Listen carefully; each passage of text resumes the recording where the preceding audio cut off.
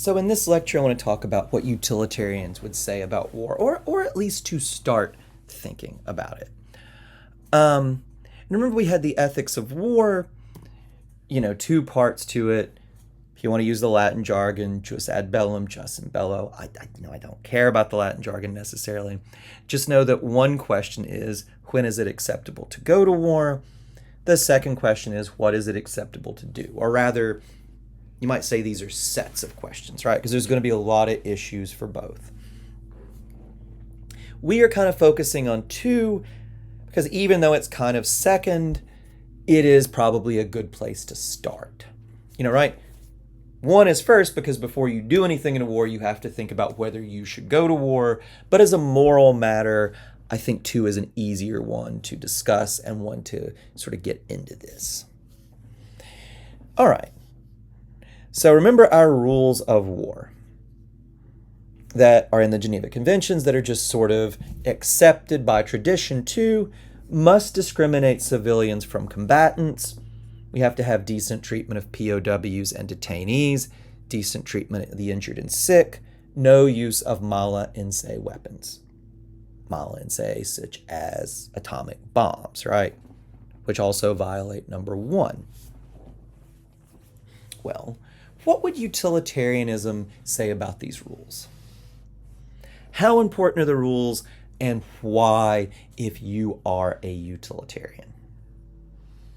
Well, remember, if we're thinking about utilitarianism, we have to think about what is a utilitarian going to say? What is it always going to come back to? We should do whatever creates the most happiness. And now when you hear that, you might think, well, utilitarian simply wouldn't care about these rules.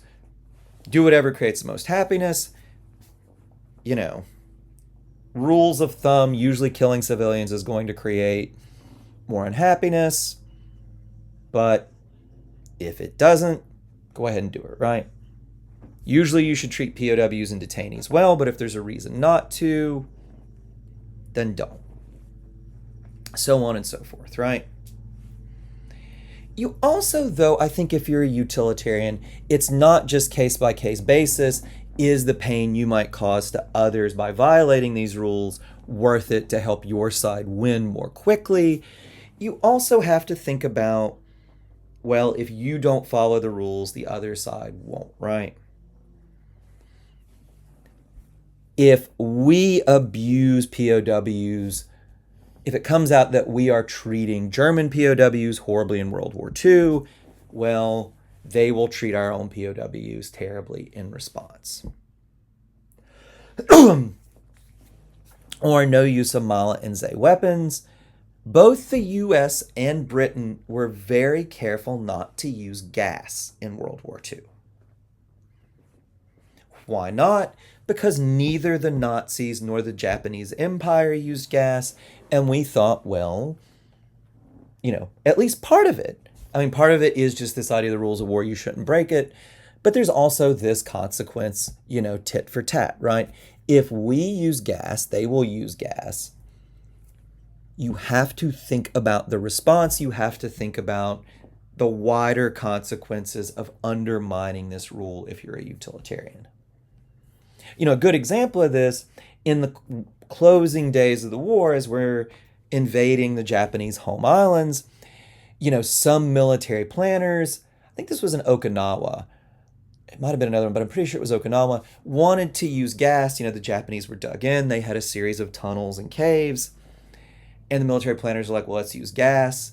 And Roosevelt was absolutely not. Why not? Well, at least part of the reason were these utilitarian worries. If we use gas here, it might help us capture this particular island with less loss of life on our own side. It might have good consequences in the short term. But in the long term, now gas is on the table. Even the Japanese Empire so far has obeyed this rule. It would be bad for us if they started to break it. Long-term consequences if we break the rule and they respond by breaking it too. you know, and it's not just tit for tat with the current side you're fighting against. You have to think about the long-term importance of these rules, right? Using nuclear weapons, even in a very limited way, even in a targeted way, undermines this very important rule against using them. So you don't want to do that, right? I'll give you guys an example of that. In the second Bush administration, W. Bush's administration, it came out that, you know, the Iranians were developing a nuclear program, and one of the ways we thought about responding was to bomb the program, and one of the ways that the military planners had thought about bombing the program was to use quote-unquote low-yield nuclear weapons. There were these nuclear weapons, the laboratories were deep underground, they would penetrate deeply into the ground, these weapons would, and then they would go off with a giant shock and just destroy everything underground. And people are like, well, what's the big deal here, right? Or at least some members of the Bush administration were, look, we're not targeting civilians. These are targeted at military targets. They're going to kill people exactly the same way a regular bomb would. You get this shock wave and all the rock falls on your head. What's the big deal, right? Well, the big deal is that there is this stigma, this rule against using nuclear weapons, and if we do it, even in a limited way, it undermines it. It makes it very much easier for another country to justify using nuclear weapons in the future. So you have to think about that if you are a utilitarian. But if you're a utilitarian, you don't care about the rules in and of themselves, right? And then what happens when you end up in this situation where there's no worry about tit for tat, or where the other side is already clearly breaking the rules or has no interest in following them, right? Think about the war on terror, decent treatment of POWs and detainees. Well, if you're a utilitarian, you have good reason to obey the rule yourself. If the other side's going to obey it, undermining it, there's bad consequences all around. If you are fighting the Taliban, or much worse, ISIS, they are not going to treat our POWs decently. Why treat theirs decently, right? As the second Bush administration reasoned this, they're like, well, look, they were mealy-mouthed about this. They called it enhanced interrogation techniques. But it was torture, and there was a clear utilitarian rationale. They are not going to treat our detainees well, POWs. Well, what are the bad consequences for treating theirs well? If we can get more information by breaking this rule, by mistreating POWs and detainees, if not even torturing them, why not do it? You cause horrible pain to this detainee, POW, but he's still alive, and if you find out where bombs or attacks are hidden, you can prevent the attack. That was the utilitarian argument. Now, again, it's often much harder to apply utilitarianism than it might seem, right? It turns out torture is not a very good way to get information. Lots and lots of generals and interrogators told President Trump during his administration not to bring torture back because it just does not work terribly well, they thought, right? And generals and interrogators, if anybody knows whether this works well, they would, right? There's also a lot of other blowback from torture you have to think of. The images from Abu Ghraib were terrible.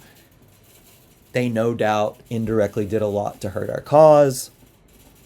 You have to factor that in. But at least in theory, for a utilitarian, it can be justifiable to break any of these rules.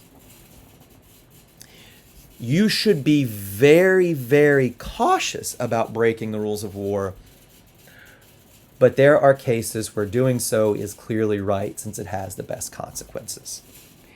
and the case Anscombe is worried about, or worried is probably the wrong description here, furious might be a better description, is one where there seems to be a utilitarian rationale for breaking the rules of war. We want the Japanese Empire to surrender unconditionally. To do that, it seems we might have to invade the home islands. Hundreds of thousands of our own troops are going to die, possibly millions of Japanese. They were arming old men and teenagers with muskets and spears to fight the Americans. It was just going to be a bloodbath, right? So, bomb Hiroshima and Nagasaki. It's a brutal math, but even with that, you kill hundreds of thousands in those cities. You don't kill as many as a full-on invasion. Utilitarian math would then say do it. You also don't have to worry about tit for tat. We are the only country that has a nuclear weapon at that time. The Japanese certainly don't, and they can't even reach America with any kind of weapon they do have, right?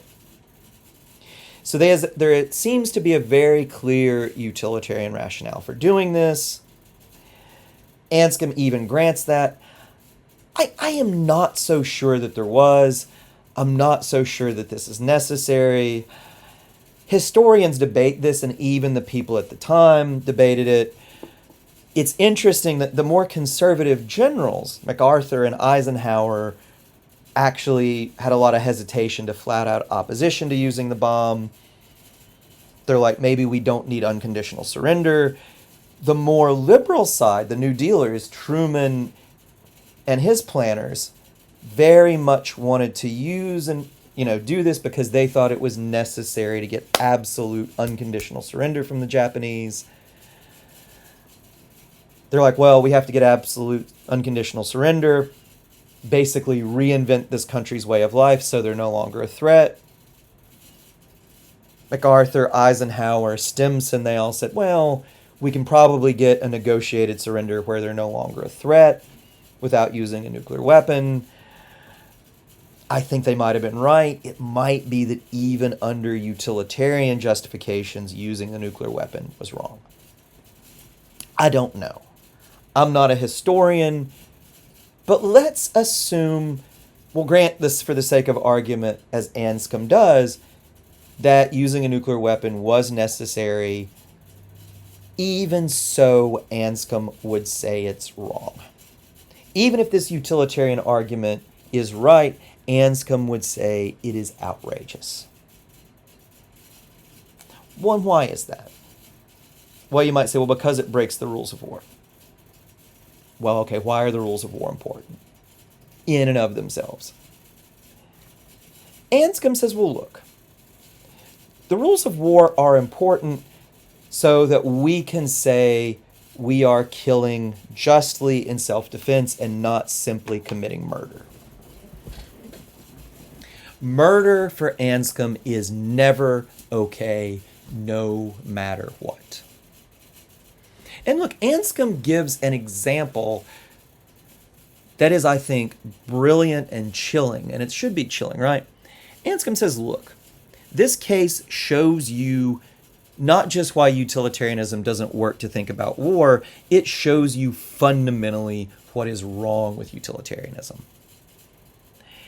If I said to you, would you boil a baby alive to prevent, you wouldn't let me finish that sentence, right?